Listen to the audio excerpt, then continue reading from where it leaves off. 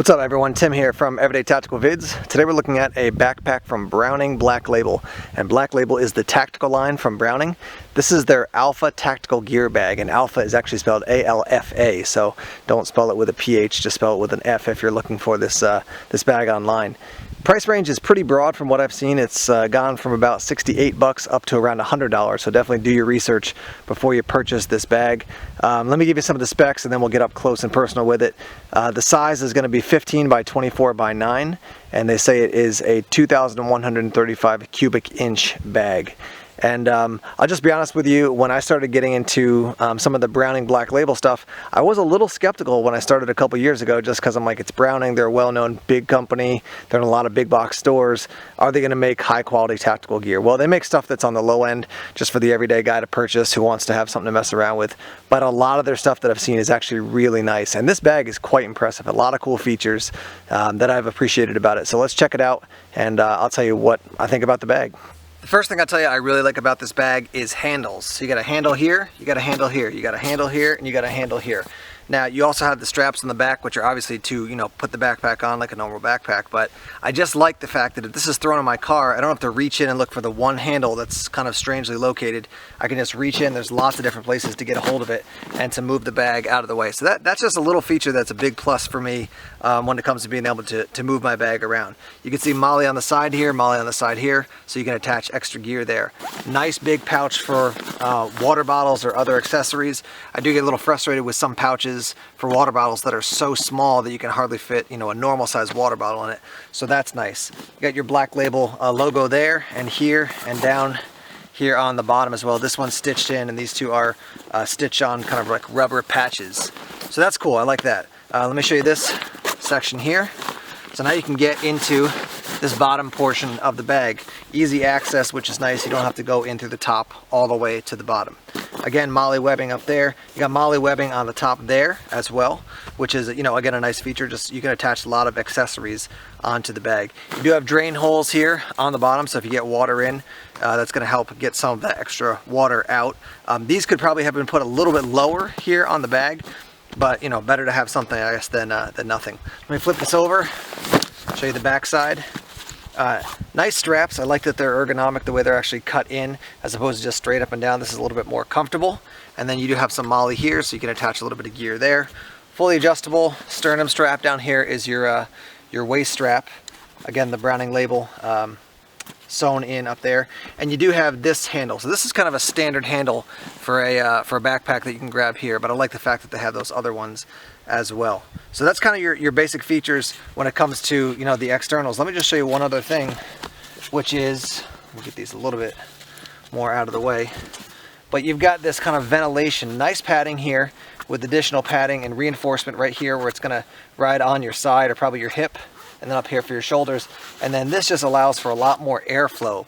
So that is a major plus. You know, when you're wearing a backpack for a long time, you want to be able to have the air be moving so that you're not going to get as sweaty, just because you do have the air kind of helping dry out your back. Now, one other really cool feature about this pack is that, you know, if you just have it thrown in the back of a car, or, you know, you're not going to be wearing it for a ton of time, there's a lot of extra, basically secret storage space here, which is there's a zipper. This goes all the way down and to the side. And now open this up and you've got a bunch of extra storage space. So, you know, you're not going to want to put a ton of books and things in here and then have this riding at your back necessarily, even though there is quite a bit of padding there. But you could put some small gear in here. You could put some clothing or other things in here. Look at pockets, pockets, pockets here. And then over here on this side, hook and loop. So you actually could run, you know, a laptop, as long as it's not ginormous, you could run a laptop in there. And again, you know, if you were using this to get through the airport or something, you could certainly put a lot of gear in there. You're not going to be hiking through the woods for a long time with it, so just a lot of extra storage space. I like that. They're basically not wasting space, and they're filling it up with a lot of good stuff. So one other thing I'll just note down here is for your waist strap, there are these little retention rings, which you could buy, you know, and put these on extra, just so that this, when you cinch it down, this extra webbing isn't flapping around. But I like the fact that they include that. Lots of thought went into the actual design. Looking at the top of the pack now, you get these zippers, and basically they're going to zip, you know, from here all the way around, then over to here. So there's just this little section that's left. So you do get into this top section very easily. In the top, what we would often call the hood of the pack, you do have more storage here. So look at that, all kinds of pockets and stuff, and more Molle in here, so you can put all kinds of gear in there as well. And then down inside, a little bit hard to see just because of the light, but you do have another mesh zipper section here, and then some on the side, and then another pocket, excuse me, on the back side here. And then I'll show you on the top real quick, you do have this opening so that you can run a hydration bladder tube out of here and have that while you're actually you know, walking or hiking. We're looking at that front bottom section again, which we've already looked into, but I want to note that this is a separate section from that main portion of the bag. So on one of my Oakley bags, if you want to throw wet gear or dirty gear into that bottom section of the bag, it'll keep it separate from the rest of your gear, and that's true with this as well. Again, I just like these little things that are thought out. So if I'm out in the woods and I get something that's just totally nasty, I could throw it in here, zip it up, and the rest of my gear that is in there is not in direct contact with the stuff that's now in the bottom of the bag. Wrapping up here, I'll tell you that this has been a go-to bag for me that I have liked. In particular, I've been using it as a bag for you know, loading my gear in to go out into the woods, or you know, to various locations to shoot video for everyday tactical vids. And it's got a lot of that storage, just carries a lot of things, a lot of space for me, and comfortable to carry. So it's been a bag that I've liked using in that capacity. I would say for me, definitely too big for an EDC bag. It just has too much space. But maybe for you, you know, you've got a lot of stuff you got to haul around every day. You want to consider this as an option because, again, I've been impressed with how nicely made it is. You know, for me, gear bags are all about usability, comfort, and then does it store my gear well? And this bag does all those things. Again, not going to be an EDC bag, but as far as a gear bag, I'm going to be using for travel or heading out into the woods, you know, to shoot some videos or to do some gear testing.